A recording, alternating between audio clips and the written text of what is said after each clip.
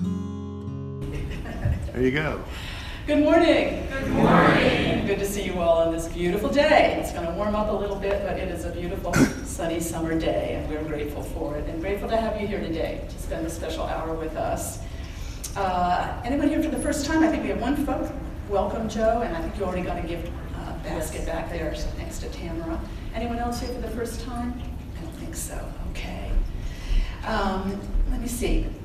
I always like to start with a few announcements. As always, there'll be yoga this Thursday, right? Yogi Tamara makes that available to us on a donation basis, which is just a great blessing for us. Every Thursday, 1 o'clock in the fellowship area and back. And newcomers are welcome at any time, so keep that in mind. In a few weeks, Mary Deneen is going to be back with us as a guest speaker. She does a great job. She's in the healing arts, basically, and that'll be Sunday, August 4th. And her title for that, her talk that Sunday is Full of Grace. And the music will be provided by Robin Cummings and Michael Contras. And you all know our summer concert is coming up, August 17, and a really wonderful lineup of musicians is coming together for that, all our Unity talent. Some of the other Unity groups in town too, which will be really nice to see, like Eugene Beer from Light in the Woods is going to be joining us, and it'll be fun, as it always is. It'll be out on the back deck, 6 o'clock on August 17, weather permitting, but you know, with these hot days, you know, if it's in the 90s, we're not going to be out there. We're going to be in here.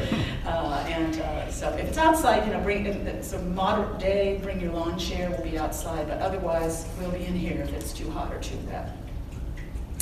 I think that's about it. Joe and I are your musicians today, so I'll invite him to come up, and we will begin to think about going into prayer, who and what we are lifting up in our thoughts, holding in our hearts. I invite you to just kind of relax, take a breath, set everything aside, and just let yourself be present. And we'll go into prayer after this song by Michael Gott called "I Will Make a Quiet Place."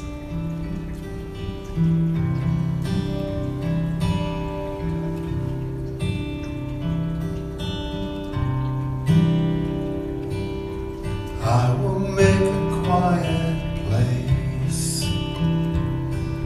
quiet place within my heart, and I will wait upon the Lord,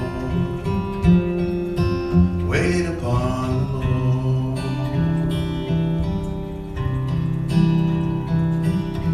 I will make a quiet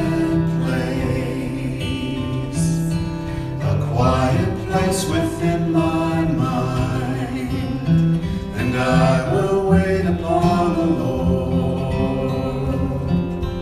wait upon the Lord. Be still, my soul, be still. Be still, my soul, be still. Be still and know.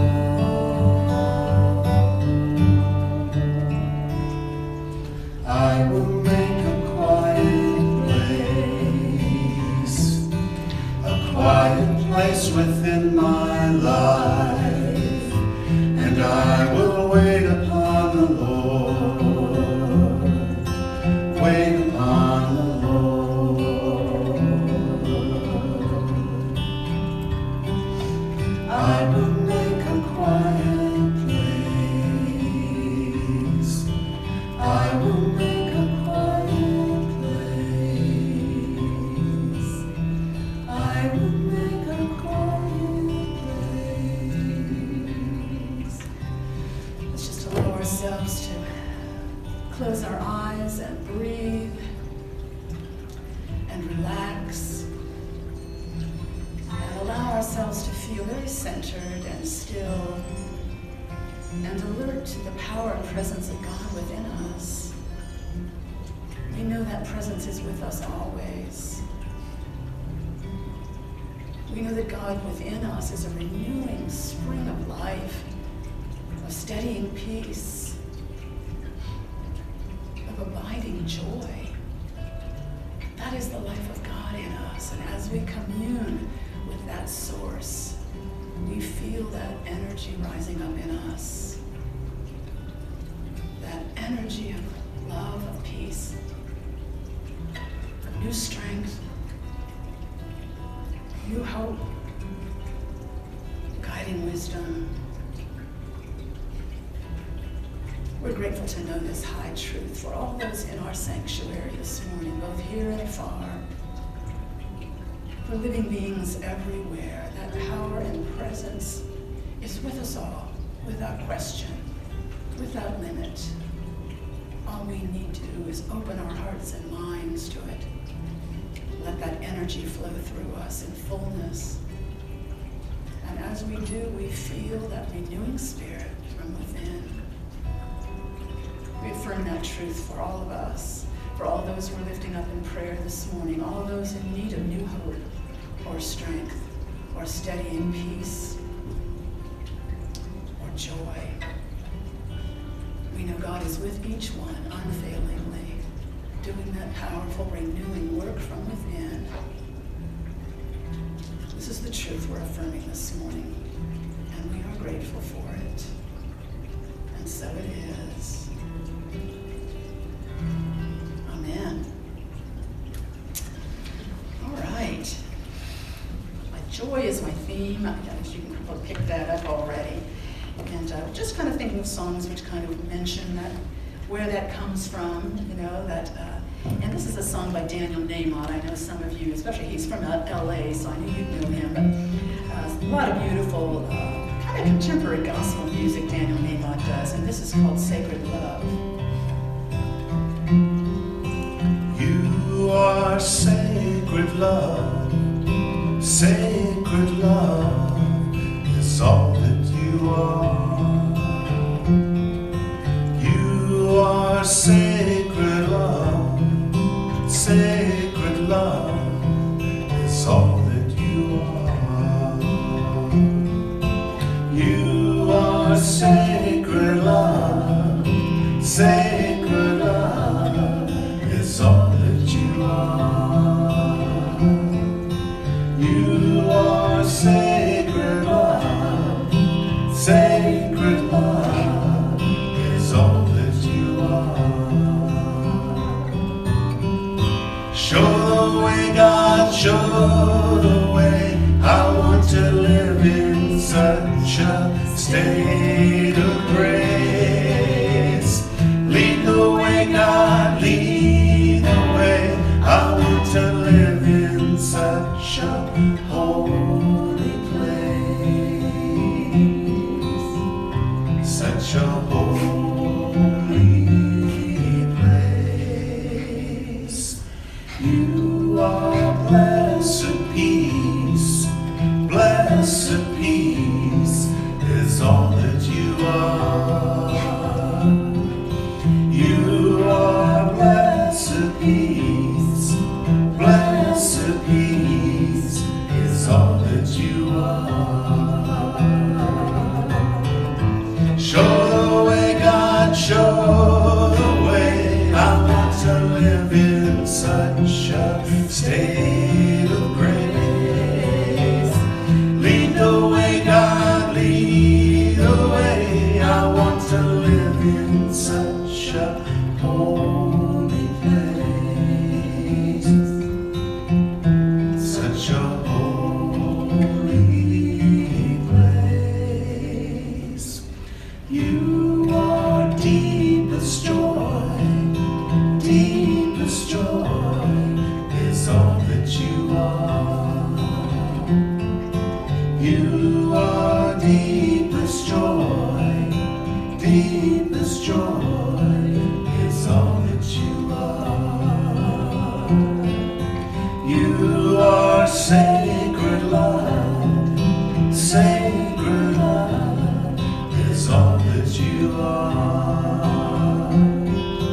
You are sacred love, sacred love is all that you are. Sacred love is all that you are.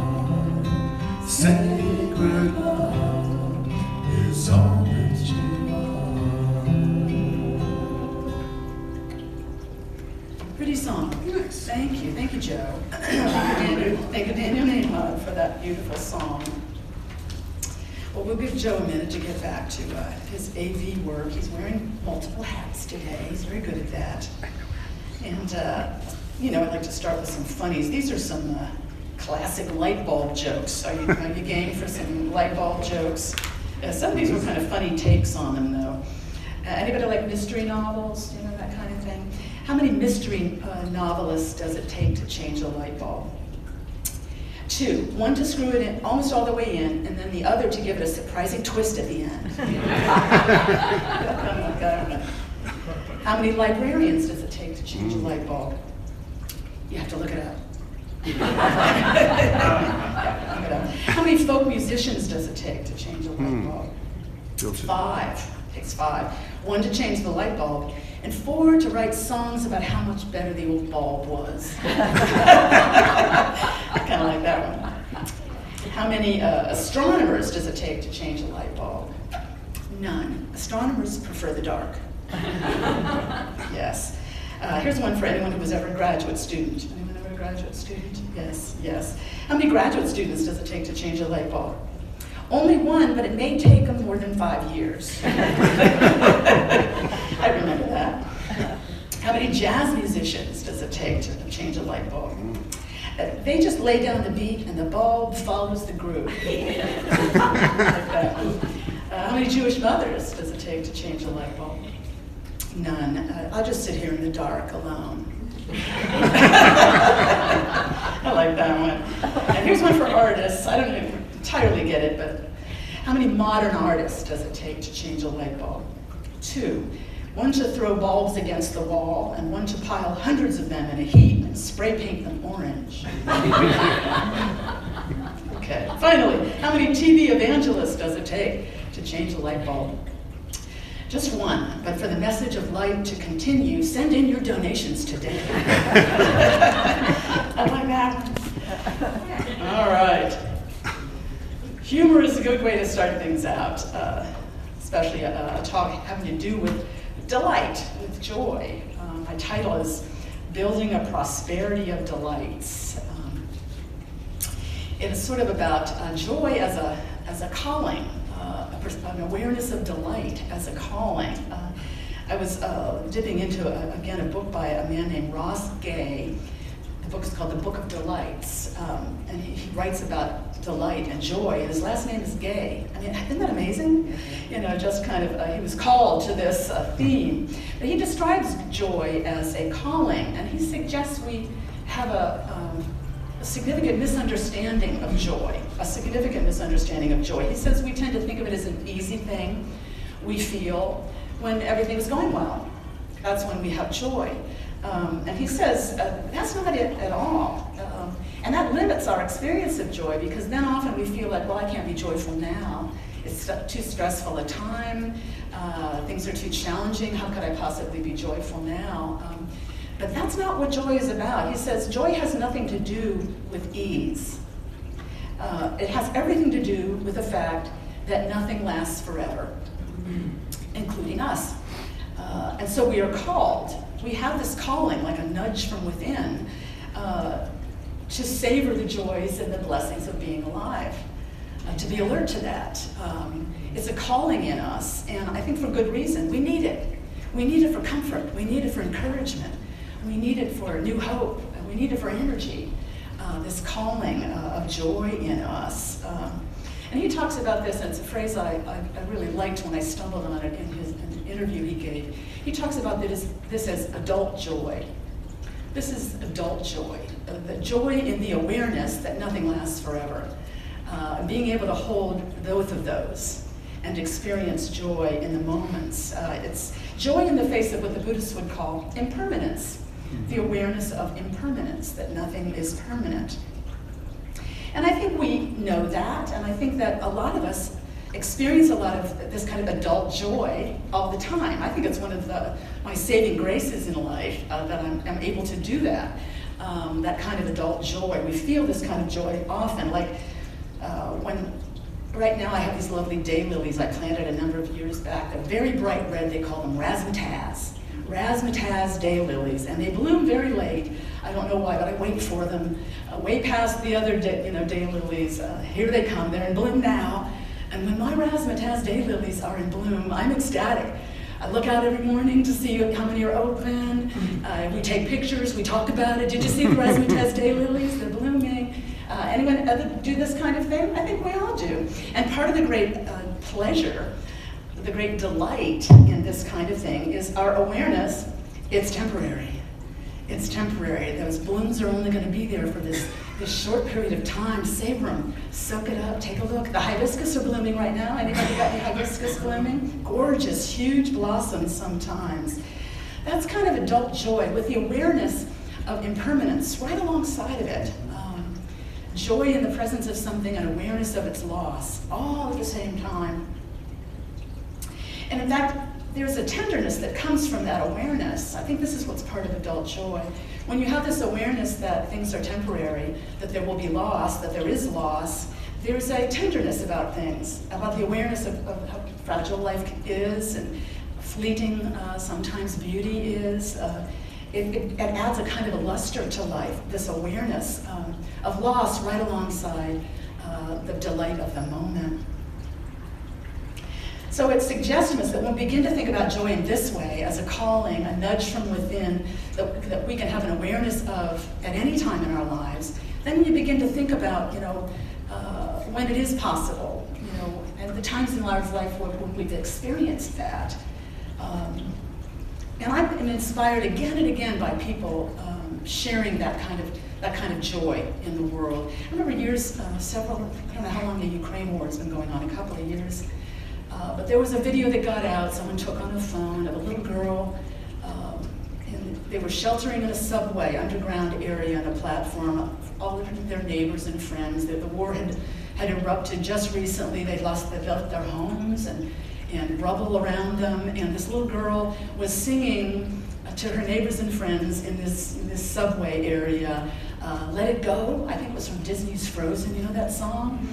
In this soaring voice, this sweet voice with this beautiful expression on her face, she was sharing her God-given gifts with her community, and it just brought tears to my eyes and joy to my heart at the same time. Both of them at the same time. I think this goes on all the time in our midst. It's part of the richness of life. Joy is possible even in the most difficult moments. Sometimes a kind of almost exquisite kind of joy. I remember years ago, I was doing some freelance writing for Columbus Monthly magazine. This was back in the early 90s, I think. And I suggested an article to them on hospice programs locally. They were not well known at the time. Hospice was still pretty new in the early 90s. And my mother had passed just recently, and we did not have the benefit of hospice. And I became very interested in what had we missed, what was available, how did it go for others, how could it go, when it's going well, how does that work? And I was really interested in hospice programs. We had maybe 3 in town at the time. It was quite new. And I pitched it to Columbus Monthly, and they said, okay. And I got to interview the directors of different programs, nurses. I got to, and I interviewed a man that they had asked him if he'd talk to me about his experience of hospice. And I remember going downtown somewhere where he lived. His name was Ed, and I interviewed him about what his experience was like. His wife had died sometime in the prior year, and he was now a volunteer in their grief bereavement area. And he was so generous with his time and talked to me all about those last months he had and how hospice helped them. And I was just so struck by the interview. I was quite young at the time, and the conversation was full of so much delight. There were just so many delights he talked about. They were bird lovers, and they particularly loved redbirds. They didn't use the word cardinal. They loved their redbirds, and they had anytime they saw a redbird at the feeder, they were delighted. That kind of joy we were just talking about.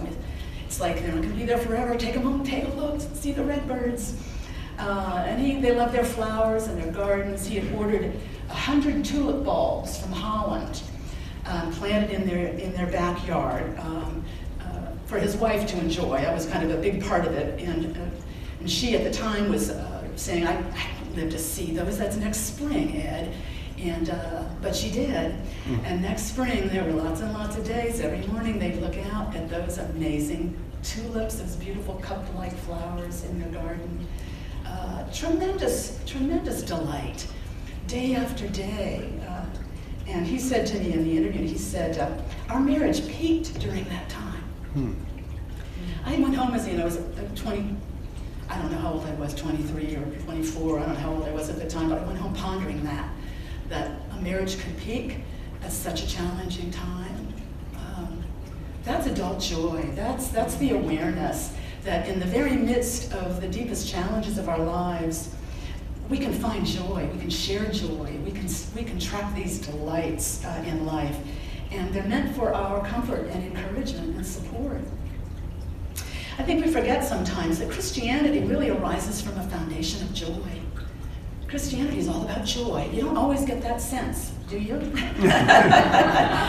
Our religious past, perhaps, or some of the televangelists we were talking about before, you don't always get a sense that it's really, Jesus came as an ambassador of joy, an ambassador of joy.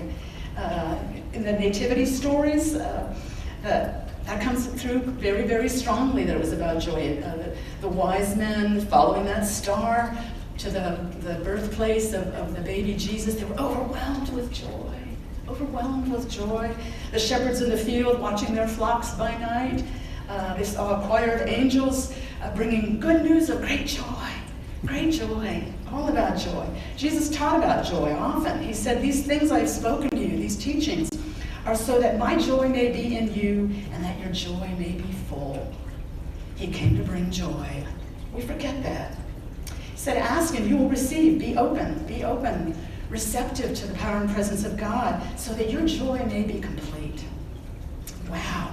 And sometimes I think we really lose that message in our religious instruction and teachings down through the years, that Jesus was all about bringing joy.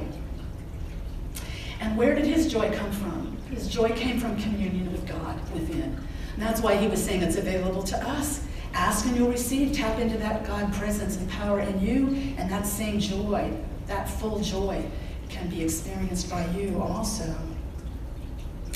Well, I was glad to read, Ross Gay's book. He calls it the Book of Delights.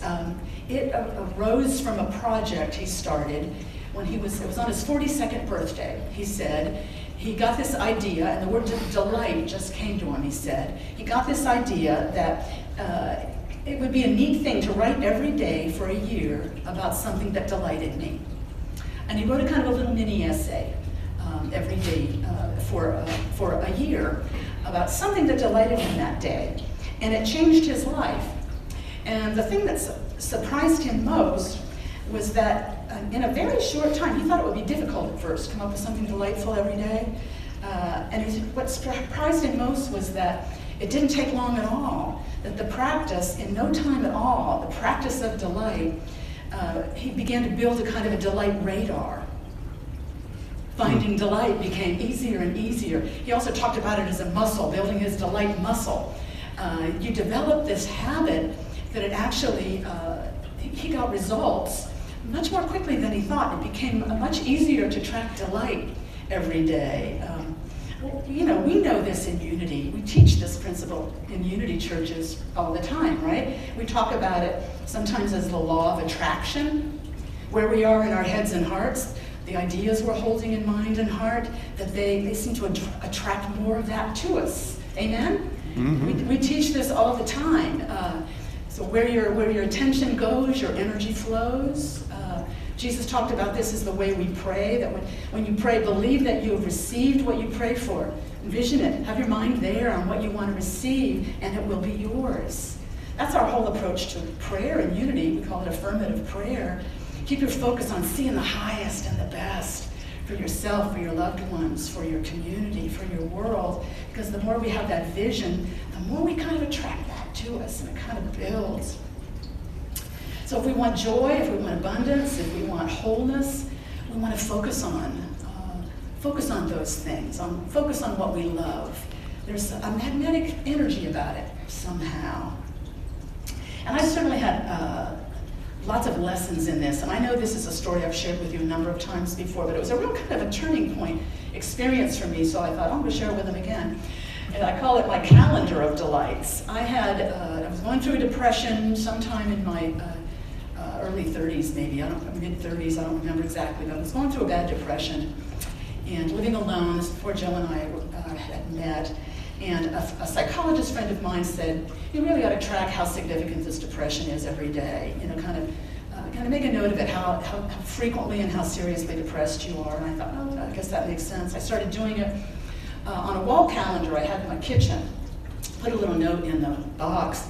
And after a week or two of that, I thought, wow, this is a real bummer, looking at all these little boxes with all these little negativities in them all through. And I started realizing, this is nuts in terms of my spiritual practice. It is utterly against principle, utterly against principle.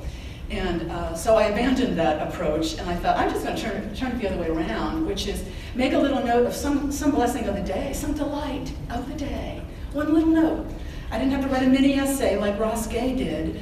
Just a word or two, tulips, goose flying over, cat in the yard. Could be anything, some little delight of the day. And I do that usually while I was making dinner or something. I put a little note in that little box on the wall calendar. And just like Ross Gay said, in no time at all, I found I was having no trouble tracking delights. You build a delight radar. When you do that, you're cultivating this mental spiritual habit that I believe rewires our brains. It rewires our brains. We start making these neural connections that's what we're finding, that's what we're seeing, and we're seeing more and more of it. And it really had a cumulative effect.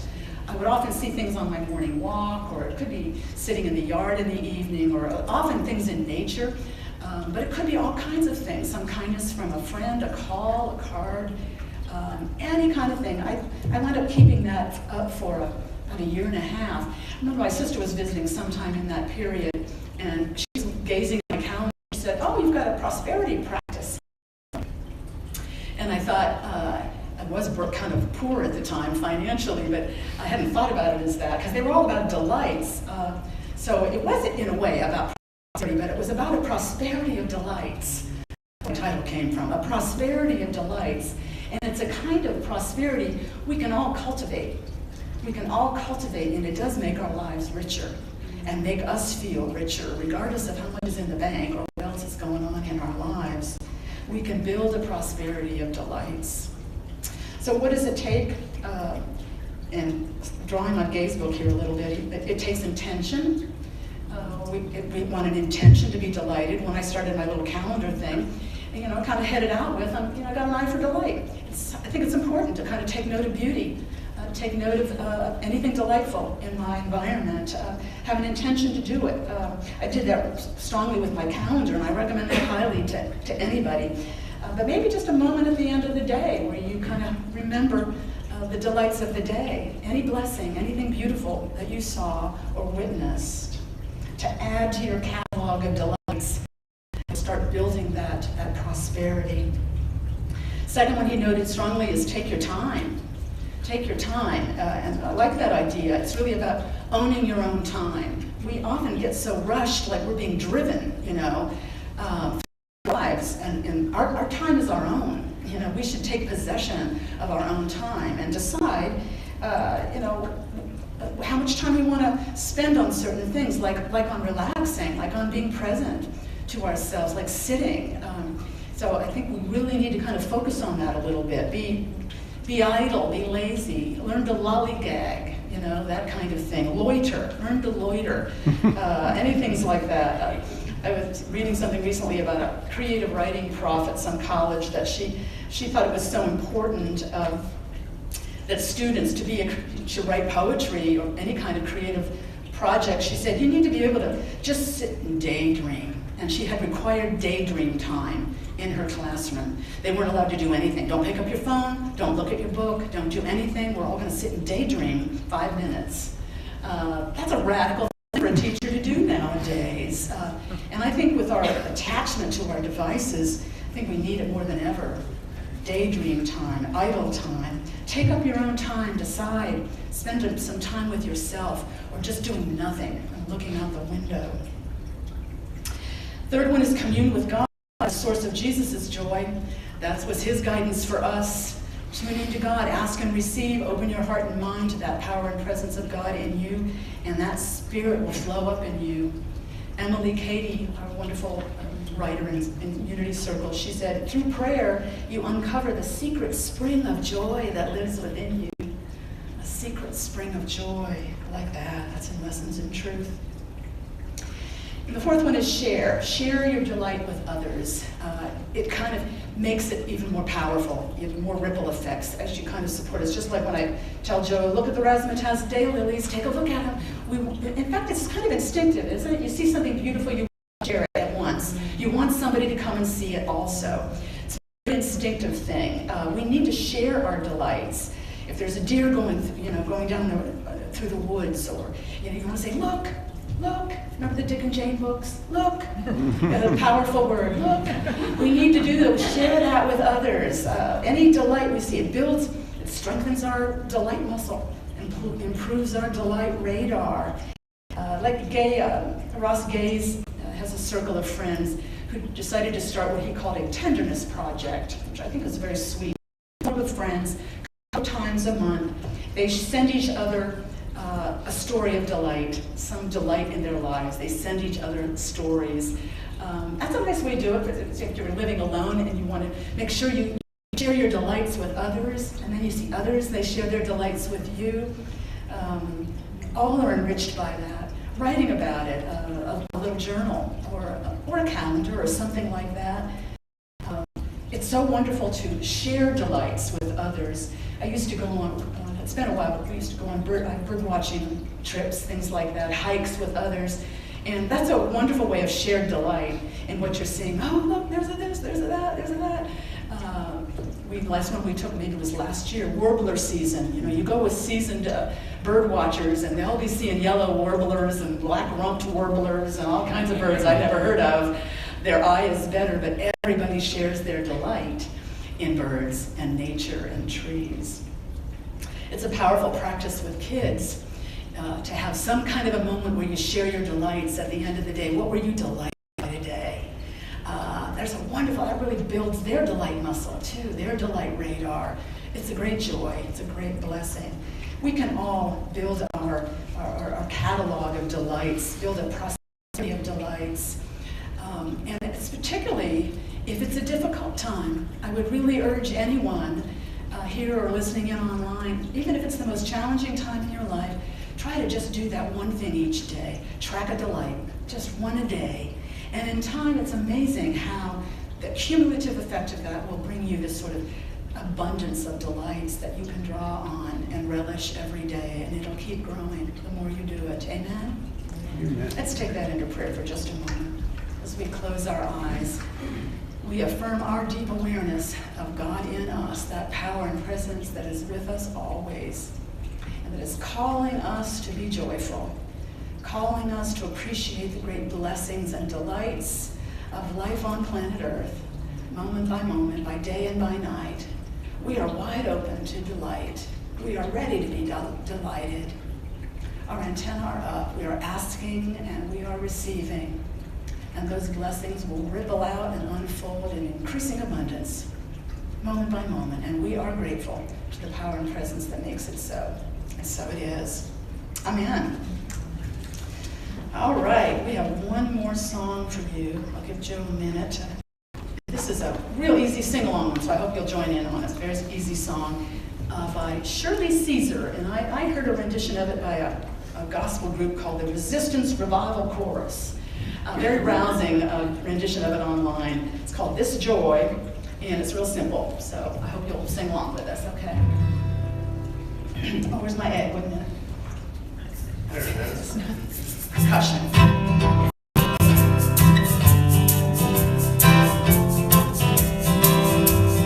This joy that I have, the world didn't give it to me. This joy that I have, the world didn't give it to me. Are you singing? This joy that I have, the world didn't give it to me. The world didn't give it, the world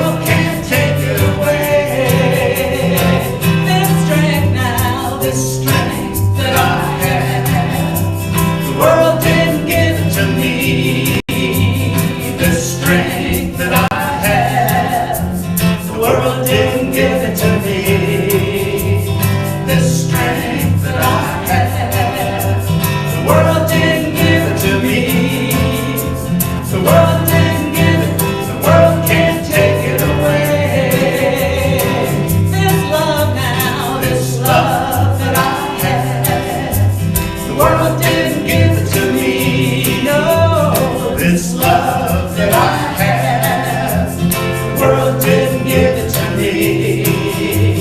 This love that I have, the world didn't give it to me. The world didn't give it, the world can't take it away. This peace now, this peace that I have, the world didn't give it to me. This peace that I have, the world didn't give it to me. This peace that I have, the world didn't give it to me. The world didn't give it, the world can't take it away. Once again now, This joy that I have, the world didn't give it to me. No, this joy that I have, the world didn't give it to me. Yeah, this joy that I have, the world didn't give it to me. The world didn't give it, the world can't take it away. The world didn't give it, the world can't take it away. The world didn't give it, the world can't take it away.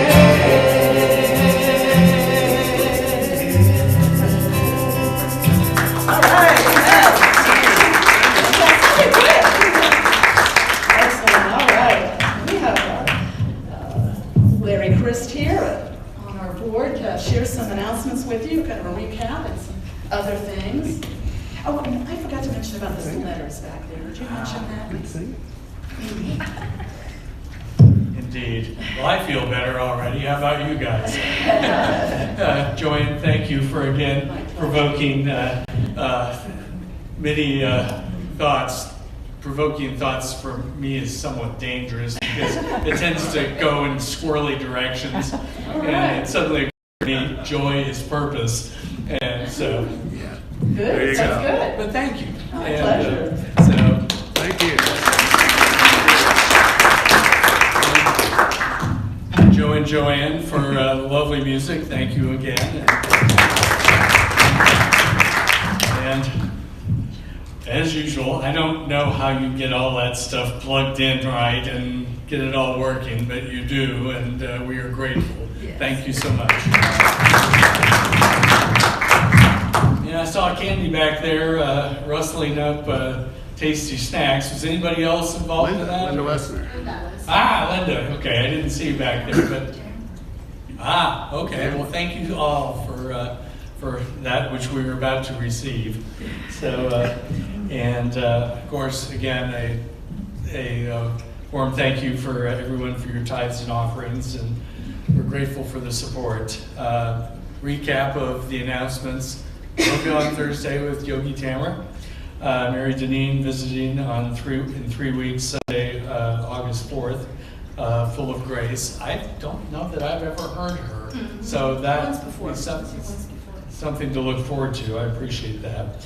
And the summer concert, always fun because we always get to collaborate on all sorts of things, and it's just a great overall. Any other announcements? Just let me mention about those letters. Right. You all remember the Burning Bowl ceremony where you wrote that letter to the universe saying, this is what I want to experience more of this year. We mail them back to you, but if you want to take it with you today, they're on the back table. We're about a little past halfway through the year. It's always interesting to review that. And any ones that you don't pick up today, we'll put in the mail. So I want everyone to know that. But look on the back table. Yes. And we have tomatoes. Pick up some tomatoes. Yes. You can steam the stamps off. It's gone up to 73 cents a stamp, so you may want to think about that one. But any other announcements? Paul has some. Oh, Paul. Just Ben's dinner Wednesday night. We're going to go to Matt and Miller's over in Dublin, right? So looking forward to that. 6 o'clock. All right. Okay, well, let's circle up for the peace song. Do it. Thank you.